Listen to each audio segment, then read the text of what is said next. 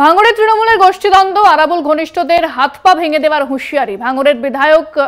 ভাঙড়ের বিজয়গঞ্জ বাজারে তৃণমূলের সভায় এই হুঁশিয়ারি দেওয়া হয়েছে। হুঁশিয়ারির অভিযোগ শওকত মোল্লা ঘনিষ্ঠ নেতাদের বিরুদ্ধে, এমনটাই অভিযোগ রয়েছে। ভাঙড়ে তৃণমূলের গোষ্ঠীদ্বন্দ্ব, আরাবুল ঘনিষ্ঠদের হাত পা ভেঙে দেওয়ার হুঁশিয়ারি।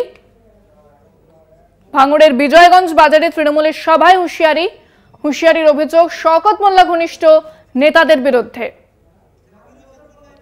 ফোনে রয়েছেন প্রতিনিধি জাহাঙ্গীর হোসেন। জাহাঙ্গীর, ঠিক কি বলা হয়েছে? একেবারে দেখো, ভোট মিটে গেছে, এখন কিছুই নেই, পুরো শান্ত। তারপরে কাল দিন দেখা যায় ভাঙড় 2 নম্বর ব্লকের বিজয় গেছেন তৃণমূল কংগ্রেসের দলীয় কার্যালয় আছে, সেখানেই কিন্তু বক্তব্য রাখতে গিয়ে একের পর এক তৃণমূল কংগ্রেসের নেতাকর্মীরা তারা কিন্তু আরাবুল ইসলামের বিরুদ্ধেই কিন্তু স্লোগান দিচ্ছে। আরাবুল ইসলাম তৃণমূল, বলা যায় যে তৃণমূলের মধ্যে গোষ্ঠীদ্বন্দ্ব আবারও প্রকাশ্য আছে।